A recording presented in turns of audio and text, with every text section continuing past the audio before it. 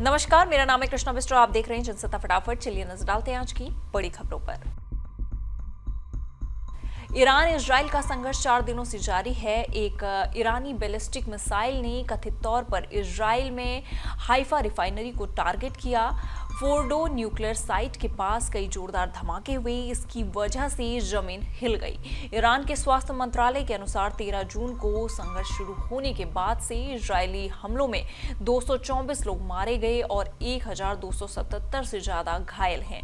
वहीं अमेरिका में स्थित ह्यूमन राइट्स एक्टिविस्ट ग्रुप ने ईरान में 406 लोगों के मारे जाने का दावा किया है।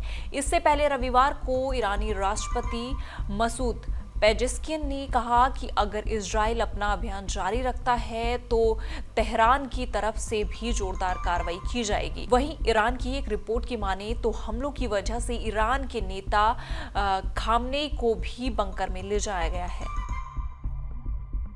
वहीं जिस तरह से ईरान और इजराइल के बीच तनाव बढ़ता जा रहा है, भारत सरकार ने स्थिति पर करीबी नजर रखते हुए अपने नागरिकों की सुरक्षा सुनिश्चित करने के लिए सक्रिय कदम उठाने शुरू कर दिए हैं।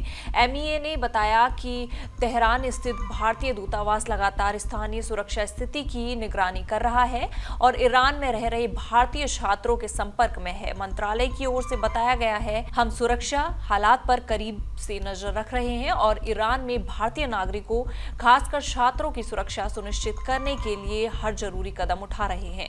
विदेश मंत्रालय की ओर से बयान में यह भी कहा गया है, कुछ मामलों में छात्रों को दूतावास की मदद से ईरान के भीतर अधिक सुरक्षित स्थानों पर स्थानांतरित किया गया है। इसके अलावा अन्य संभावित विकल्पों पर भी विचार किया जा रहा है, जिसमें आवश्यकता पड़ने पर वहां से निकासी का उपाय भी शामिल है।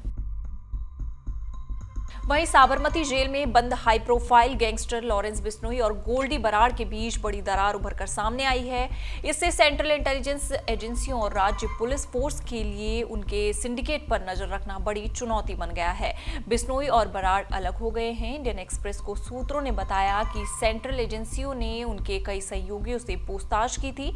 एक अधिकारी ने बताया कि दोनों गैंगस्टरों ने साथ में काम न करने का फैसला किया है। गोल्डी ने अजरबैजान के रोहित गोदारा के साथ काम करना शुरू कर दिया है, जबकि बिश्नोई अब कनाडा के नोनी राणा के साथ जुड़ गया है। इस घटनाक्रम पर हाल ही में पंजाब, राजस्थान, हरियाणा और दिल्ली की पुलिस अधिकारियों ने एएनआई के साथ चर्चा की थी।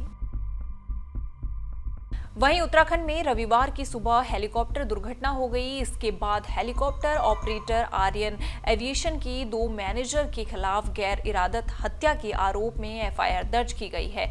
एफआईआर में ऑपरेटर पर घोर लापरवाही का आरोप लगाया गया है। इसमें कहा गया है कि हेलीकॉप्टर ने बादल और कोहरे के कारण खराब विजिबिलिटी में अपने अलॉट किए गए टाइम से 50 मिनट पहले ही उड़ान भरी।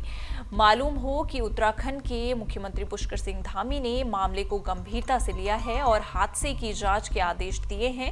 बेल 407 हेलीकॉप्टर के ऑपरेशन आयरन एविएशन द्वारा सभी 4 धाम यात्रा संचालन को तत्काल प्रभाव से सस्पेंड कर दिया गया है और एक अलग ऑपरेटर के लिए काम कर रहे 2 अन्य हेलीकॉप्टर पायलटों को खराब मौसम के हालात में उड़ान भरने के लिए 6 महीने के लिए सस्पेंड कर दिया गया है। वहीं देश के कई हिस्सों में रविवार को मौसम ने करवट ली और बारिश ने लोगों को भीषण गर्मी से थोड़ी राहत दी। बीते कुछ दिनों से झुंझलाती धूप और उमस से परेशान लोगों ने बारिश की पहली बूंदों के साथ ही राहत की सांस ली। खासकर उत्तर भारत, मध्य भारत और कुछ दक्षिण इलाकों में बीती रात से ही रुक रुक कर बारिश हो रही है। दिल्ली एनसीआर समेत आसपास के इलाकों में सुबह से ही हल्की बारिश का दौर जारी है। बादलों की आवाजाही के बीच ठंडी हवाएं चल रही हैं, जिससे तापमान में गिरावट दर्ज की गई। मुंबई, पुणे और कोंकणा बेल्ट में भी रात से बारिश हो रही है, जिससे सड़कों पर पानी भरने की स्थिति बनी हुई है। इन सारी खबरों पर आपका क्या कहना है, आप हमें कमेंट सेक्शन में जरूर बताइएगा और इसी तरह की देश दुनिया की खबरों के साथ जुड़े रहने के लिए देखते रहिए हमारे साथ जनसत्ता।